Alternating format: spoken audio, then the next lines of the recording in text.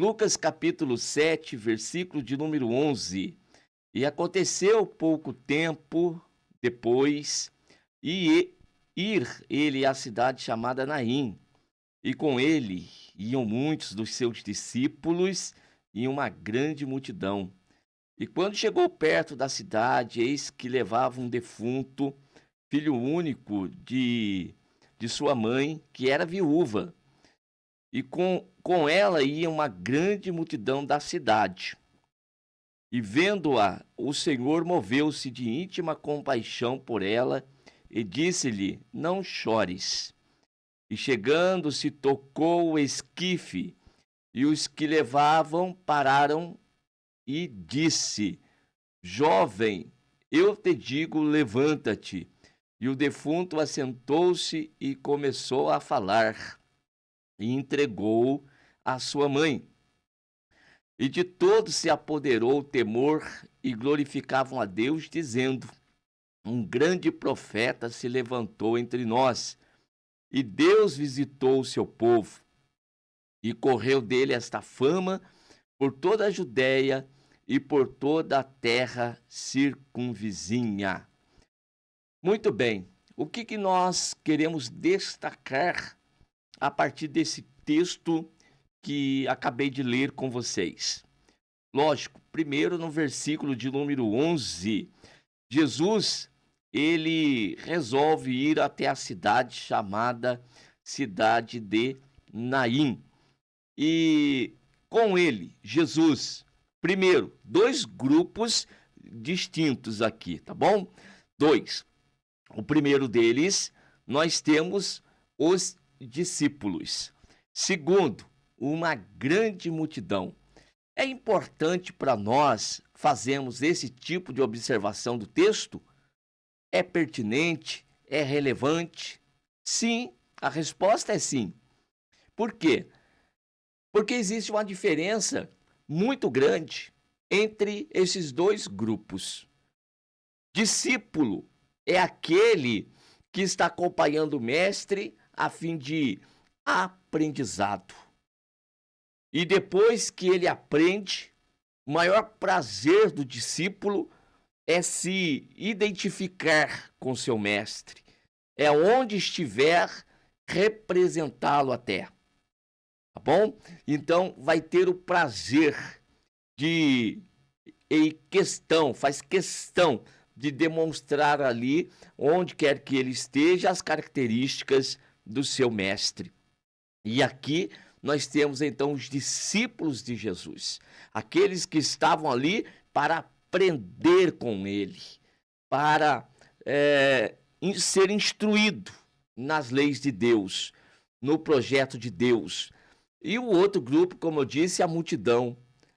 A multidão é aquela descompromissada, é aquela que não está ali simplesmente para aprender, não. Eles estão ali para observar somente.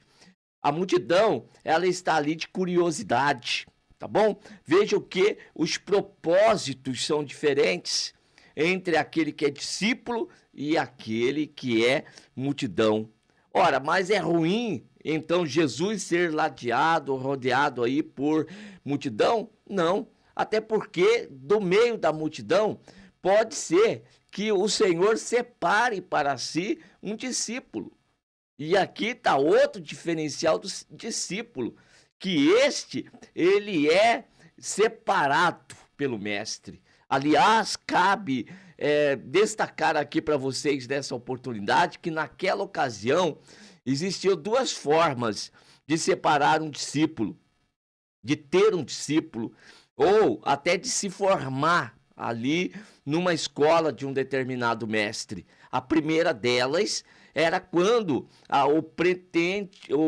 o pretendente aí a discípulo tivesse dinheiro. Então ele conseguia pagar o bom mestre, o mais excelente dos mestres, para ali então depois levar o nome do mestre, falar: não, eu aprendi com fulano de tal. Lembrando de um mestre que existia naquela época, bom, e a Bíblia menciona como Gamaliel, por exemplo, E então falaram: você é formado onde? Eu sou formado aos pés de Gamaliel. Isso fazia uma diferença muito grande, trazia um respeito enorme, tá bom? Então quem tinha dinheiro pagava essa escola e carregava então aí esse título, digamos assim. A outra forma era quando o próprio mestre identificava um jovem, um adolescente, e enxergava nesse jovem um futuro promissor.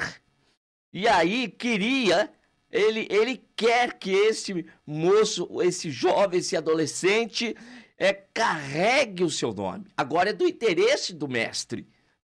Prestar atenção? Duas formas. Um, do interesse da pessoa em querer carregar o nome do mestre.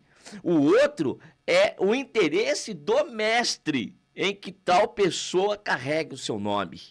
Porque ele sabe que essa pessoa tem aí uma capacidade, tem uma condição de representá-lo, então. E daí não precisa pagar, pode ser pobre, pode ser marginalizado, não interessa. Se um mestre olhou para ele, se interessou, ele próprio agora, então vai matriculá-lo aí em sua escolinha, tá bom? E vai instruí-lo essas duas formas.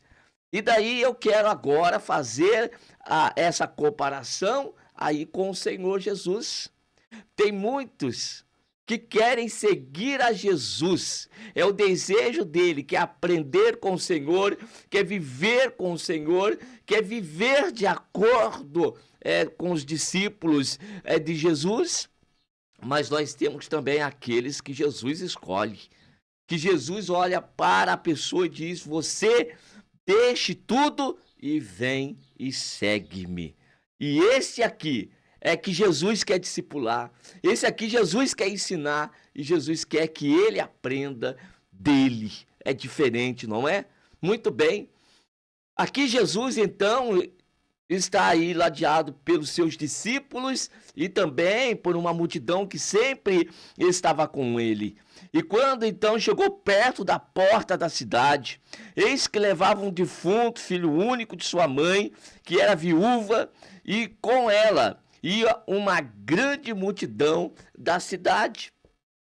Pronto, nos deparamos agora com outra multidão, outro grupo enorme de pessoas. E qual que era o propósito dessa multidão? Ali era chorar junto com aquela viúva, era estar acompanhando aquele cortejo fúnebre. Esse era o propósito deste grupo de multidão. E muitos ali, preste bem atenção nisso, eram próximos da família e realmente estavam condoídos, estavam ali com seus sentimentos abalados e estavam ajudando realmente, amparando aquela mulher. Mas muitos daquela multidão ali também não. Não tinha assim um sentimento tão grande pela perda que sofrera a viúva. Mas é normal.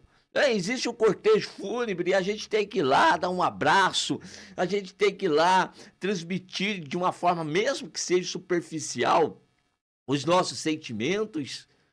E assim, a maior parte das pessoas também estavam naquela multidão. E aí nós temos o encontro daqueles que estão com Cristo e daqueles que estão com a viúva.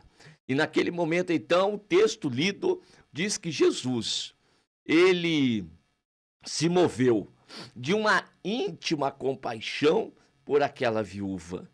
E aí ele toca no esquife, que era como se hoje fosse o caixão, né, que nós temos hoje, tá bom? Não era caixão, lá era diferente, mas eu não vou aqui explicar para vocês isto. Mas era uma padiola ali que carregava o defunto. E Jesus parou então e disse ao jovem: eu te digo, levanta-te. Então Jesus, ele direciona a sua voz para o defunto. Ora, porventura, um defunto, um morto, pode ouvir a voz do vivo? Não há condições para isso, irmãos. Não existe mais os sentidos, mas eu quero aqui destacar para vocês o poder da palavra do Senhor Jesus Cristo. Onde ela chega, o que ela faz, como ela opera na vida das pessoas. Então não importa se a pessoa tem condição para ouvir, tem condição para entender, para enxergar, isto não importa. O importante é quando Jesus, ele se compadece de uma pessoa e Jesus, ele direciona a sua palavra a esta pessoa. E é disso que nós estamos precisando sempre. É disso que as pessoas precisam sempre. De ouvir uma palavra que seja direcionada, uma palavra que seja específica. Não ficar ouvindo coisas por aí, mas realmente, meus amados, ouvir a voz daquele que é o Criador dos céus e da terra, daquele que tem todo o poder, daquele que tem toda a força, daquele que pode resolver os problemas, daquele que pode abrir uma porta, daquele que pode reverter situações. E o que é que precisa? Precisa de que Jesus olhe para nós e se mova com íntima compaixão. Aquele grupo que estava no cortejo e a viúva não conheciam Jesus, nem sabiam quem era aquele homem que vinha, ou aquele grupo que vinha ao seu encontro.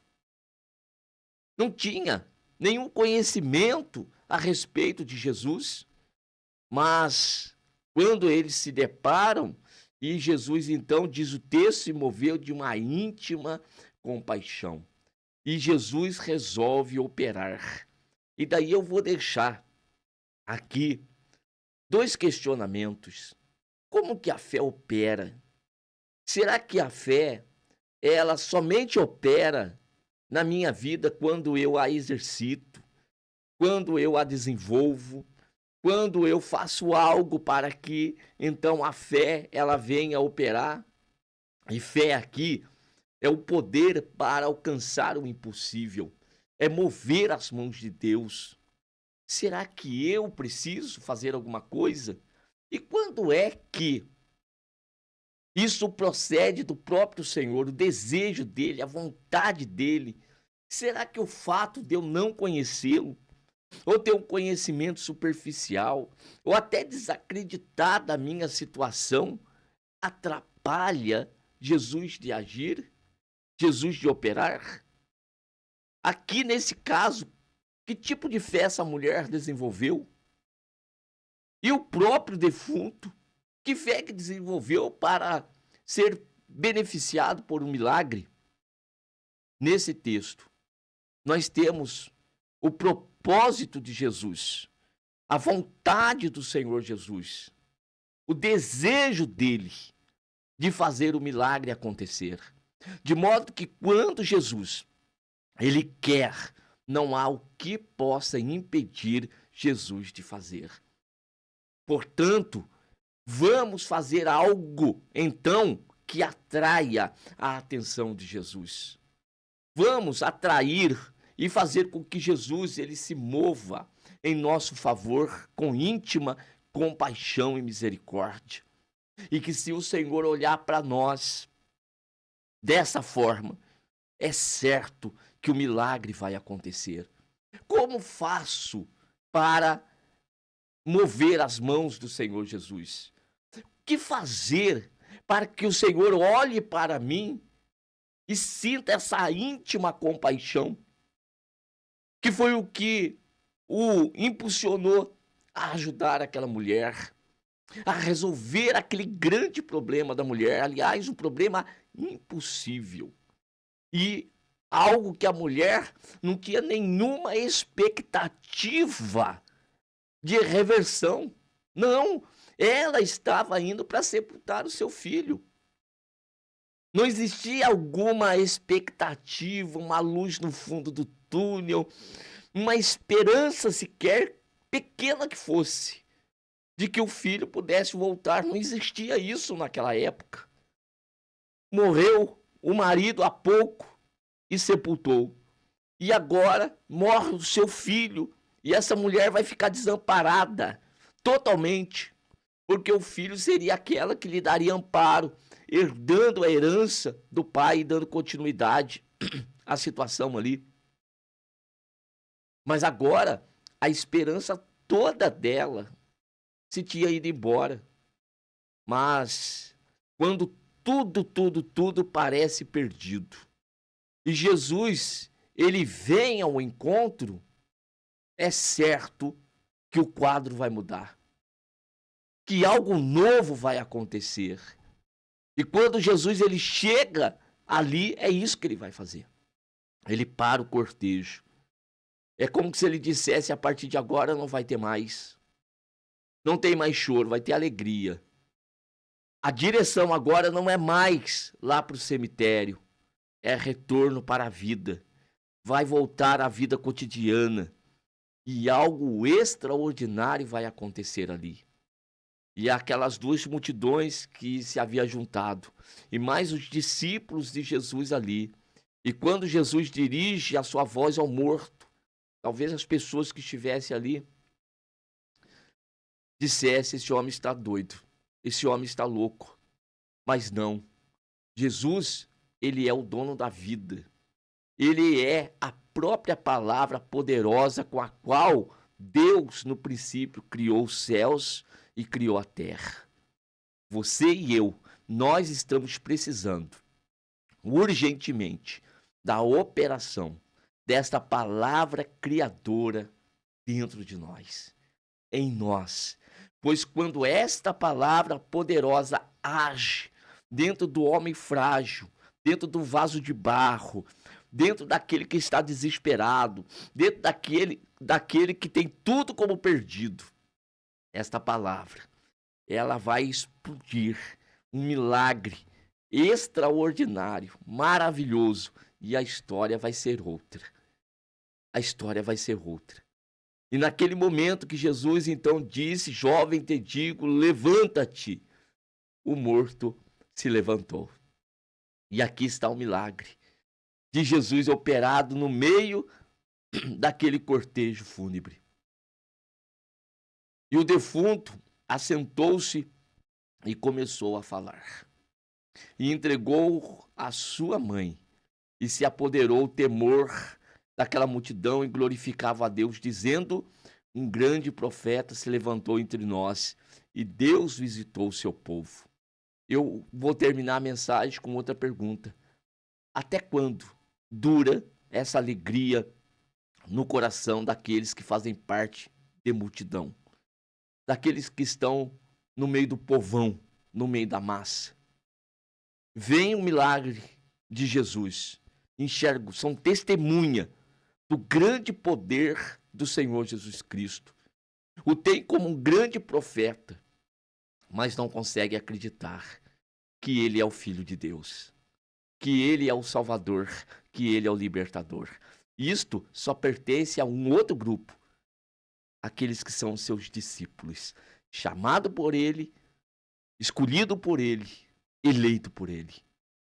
Que nesta oportunidade o Senhor, ele lhe dirige a palavra e o encontre como tal, como discípulo, não como pessoas que vivem no meio da massa, descompromissada. Você é um discípulo do Senhor, portanto, você tem compromisso com o Mestre. Faça valer isto. Creia que ele é o Senhor, o Criador, ele é a palavra criadora, ele é poderoso e grandioso. E ele habita em nós, pelo seu Espírito, é a promessa dele. Eu vou, mas voltarei a vós. E veio. Nós temos o Espírito Santo do Senhor, nós temos o Senhor em nós. Aliás, como disse Paulo, não vivo mais eu, mas Cristo vive em mim.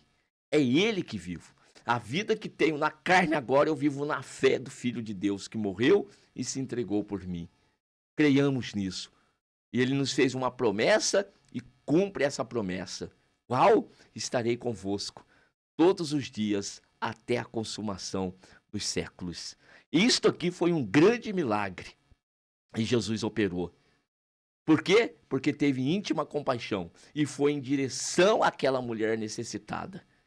E hoje, tem alguma coisa demasiadamente difícil para ele? Há alguma coisa que ele não possa fazer por você? Pois é, creia, esteja com ele e deixe ele agir cada vez mais na tua vida e verás os milagres do Senhor Jesus, pois ele é o mesmo de ontem, hoje e será eternamente. Amém.